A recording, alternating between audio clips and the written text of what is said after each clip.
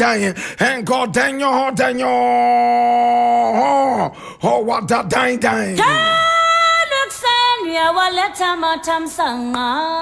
This is the Black Port, aka Kuku Show, where we speak truth to power. Now here we don't criticize, but if we must criticize, we only just criticize to build and not to destroy. That is why we say we are in the service of God and country. This is the Black Port. We are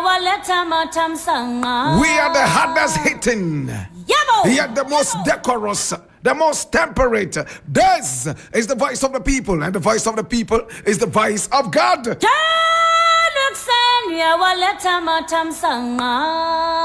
We are in the service of God and country.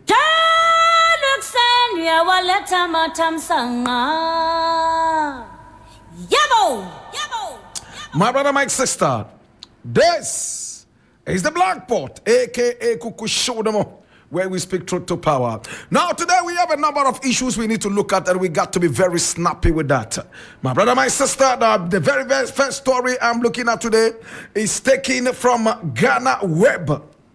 And it says, why Napo is stopping X trends. And I read, the 2024 running mate of the NPP, Dr. Matthew Opoku Prempeh, also known as Napo, has incurred the wrath of netizens due to remarks he made in a viral video leading him to top the trends on X for August 14.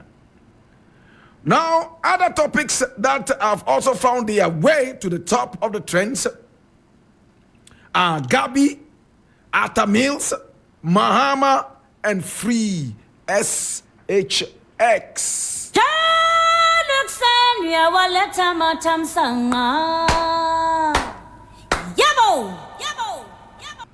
Now, my brother, my sister, I have said it time and again.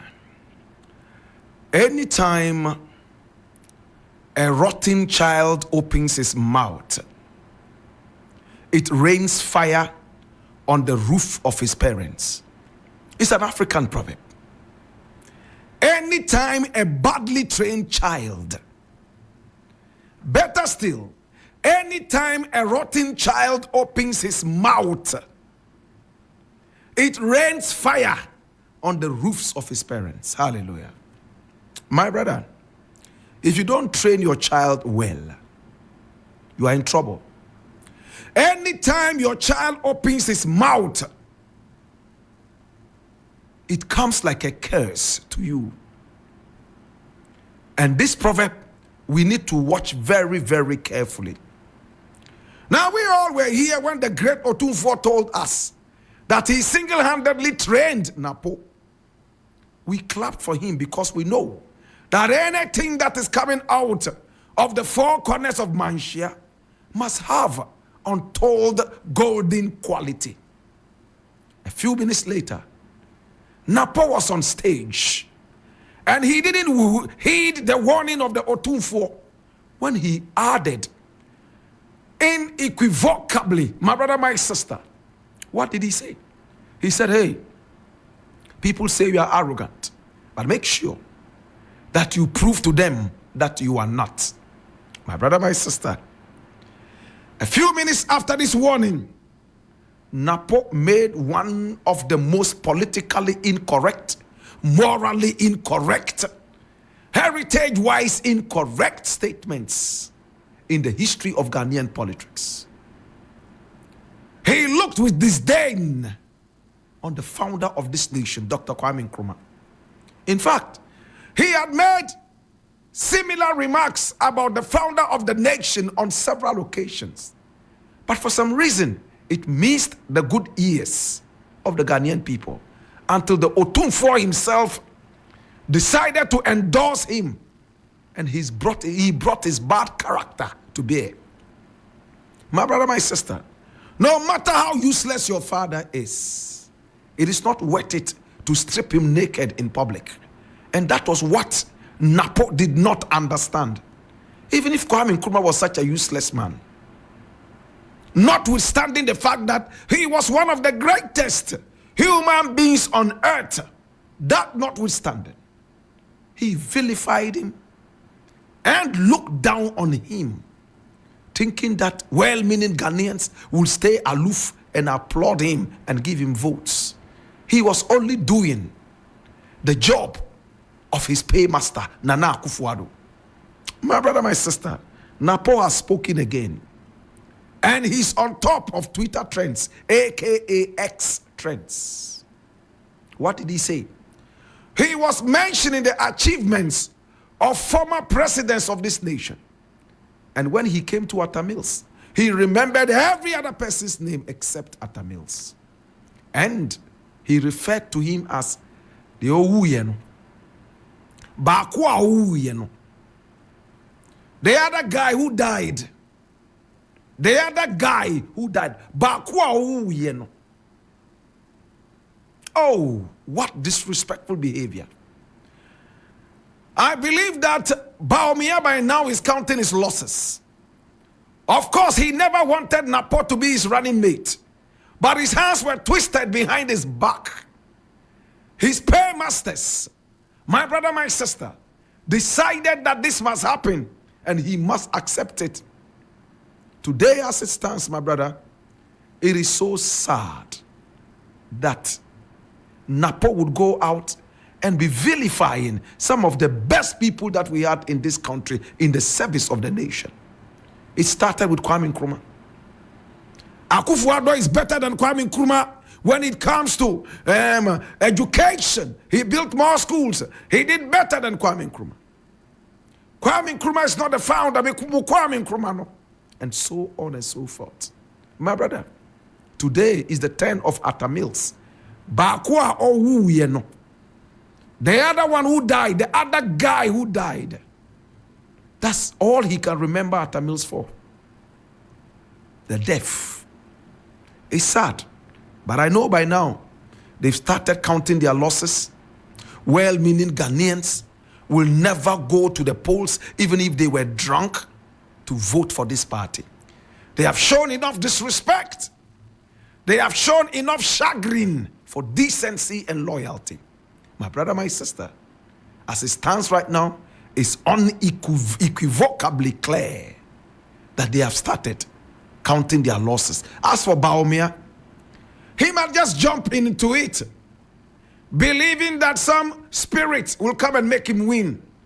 But physically and common sense will tell you that this party has lost in advance because they have been abysmal in their performance and delivery to the nation. And two, they chose a very terrible, loose-mouthed running mate. We wish them all the worst.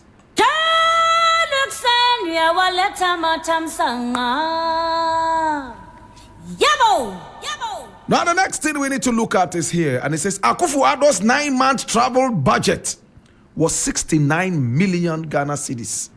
His one cabinet retreat costs 5 million Ghana cedis. We will cut these wastes to fund no academic fees initiative. And this is Mahama speaking.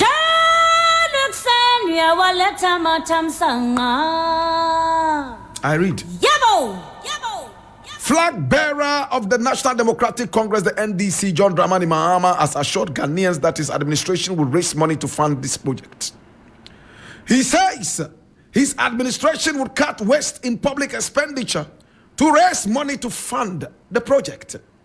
Mahama stated that the no academic fees for level 100 students initiative will cost between 270 million and 290 million Ghana cedis. Addressing a gathering in Japan on Tuesday, August 13, Mr. Mahama said, "We have costed it and we approximate that for all first-year students in public tertiary institutions, it should cost anywhere between 270 and 290 million Ghana cedis." Let me tell you something. The president, a few years ago, his travel budget in 9 months amounted to 69 million Ghana cedis. My brother, let's even say 10 months. It means he was spending 6.9 million Ghana cedis every month to fly around the globe. They held one cabinet retreat at the presidency, and it cost 5 million Ghana cedis. My brother, my sister.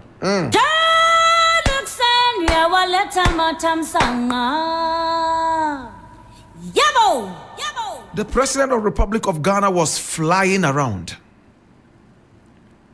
My brother, my sister, Ghanaians had to come out and decry this. Why are you flying around so much? You sit in private jets, rent them exorbitantly, and just fly around the world begging for money. The president was exposed anytime he flew out of the nation, thanks to Samuel Okudzeto Ablakwa. Every time the president flew, he tracked the flight and he brought us the cost, including photos of similar planes that flew, if not the same ones. Thanks so much to Samuel Okudzeto Ablakwa. Hey! The president was so embarrassed to the point that he decided that it was time to stop those useless travels. Today, former President Mahama is telling us in black and white that he spent 69 million Ghana cedis flying around the world in just 9 months. Then they will come back and tell us they have no money to pay teachers, no money to pay nurses. My brother, my sister, Mahama said there was one party that they held at the presidency. It cost 5 million Ghana cedis.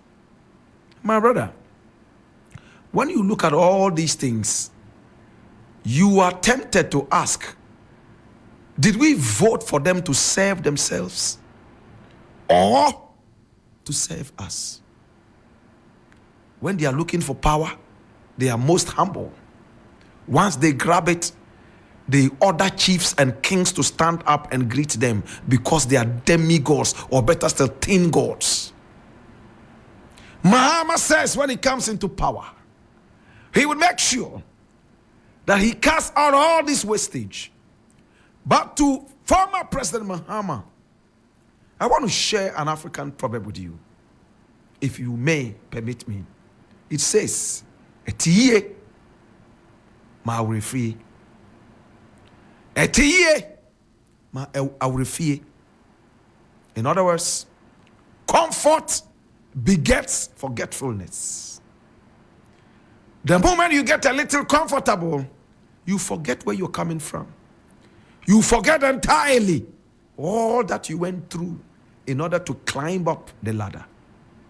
Please, we have heard politicians in the past speak to us all the virtues, only for them to climb up to the presidency and start delivering vices. We have seen how sweet-tongued politicians sugar-talked us into allowing them and permitting them to become president. And when we got in there, they delved us dangerous blows that sent us to early graves. To former President Mahama, please, as I keep saying, heritage is far better than everything. Legacy, far better than everything. In short, a good name is far better than riches. Now, when you went back to sit home and you were labeled a former president, when you could have continued for another 4 years, how did you feel?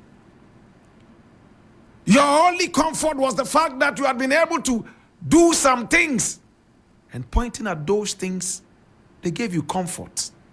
It's time to do more when you are voted into power, to let everybody see that, yes, this was a president who did everything possible to see the average Ghanaian rise. Every now and then, I sit here and people bring me gifts. I watch the gifts I take though. Just yesterday, somebody brought me so many tubers of yam, plus some pineapples and all that. People bring me gifts every now and then. And what they normally tell me, I will never forget.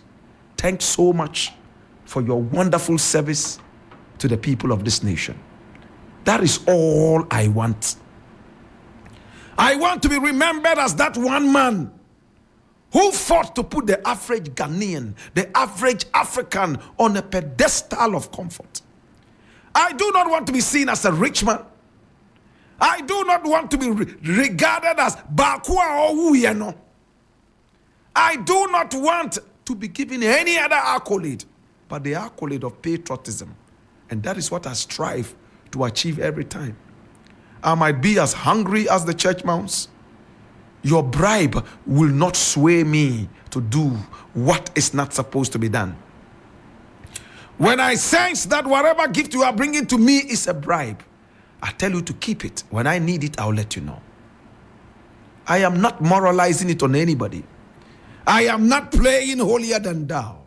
But when you live in a society, when many people see you as role model, my brother, at a time that role models are short, right now all our politicians have ceased to be role models. In my days, a lot of people saw politicians as role models. They will tell you that they love this politician and that politician. Not these days. They are role models as scammers, 419 Sakawa, porn stars, and, my brother, my sister, slave queens. Those are their role models. They watch too much Hollywood movies, from rags to riches. So they go to bed and wake up very late in the day, expecting that some manna will fall from the sky. We are trying to be the true role models for the youth. We are trying to pull the youth through and let them know that not all that glitters is gold. My brother, I'll leave it here. I'm going to tackle my last issue, and I will introduce something special in the class.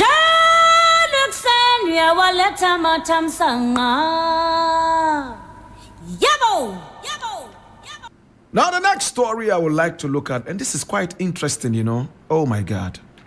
And I'm reading that from my Joy Online. It says, I wasn't rejected, but my age wouldn't permit me. This is Kyei-Mensah-Bonsu on MPP running mate bid. And I read, the Minister for Parliamentary Affairs and Member of Parliament for Swami constituency, Osei Kyei-Mensah-Bonsu, has refuted claims he was rejected as 2024 running mate to Dr. Mahmoud Bawumia. According to him, he considered his age as a challenge for the position, which requires enough strength to move around the country for campaigning. I will not say it was a rejection, but looking at my age, it will not be that best. It will not be the best to be appointed a running mate. And after 8 years, I would have less energy to continue as a leader of the party. He told Nana Kojo Jantwa on Inshira FM's Kuroyi Munsem show. The Swami MP intimated that his resolve to avoid the running mate position was based on the fact that the MPP had equally qualified men who best fit that portfolio.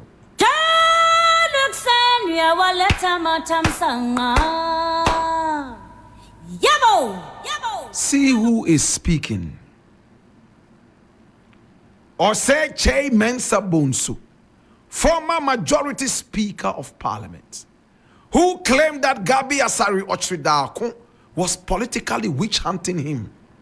And now it has come out that Gabi Asari Ochridako was responsible for his removal as majority speaker in parliament and replaced with Afenyo Makin.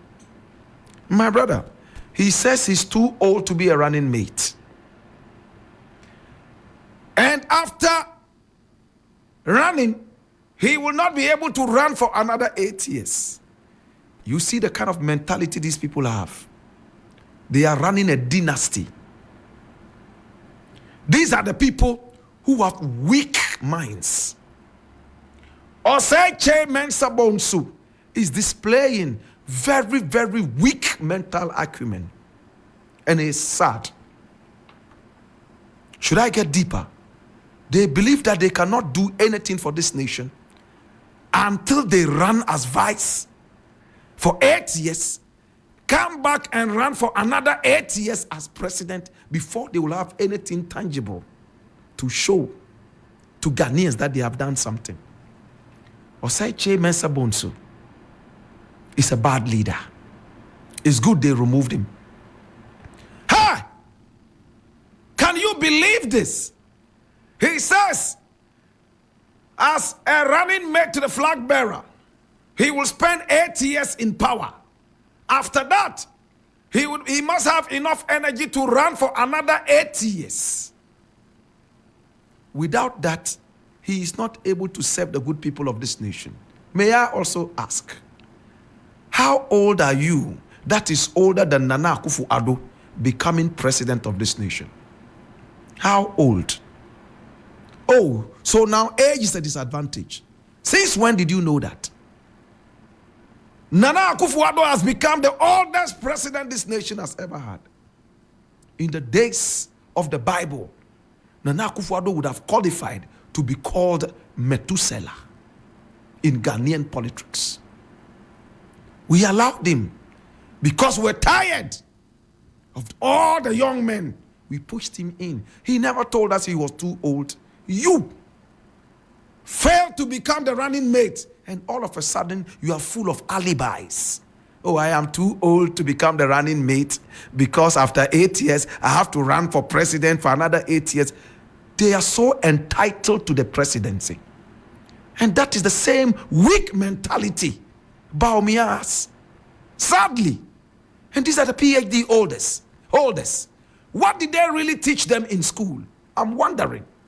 What is their experience? Until you run for 8 years, you will not be able to run anything meaningful for the nation.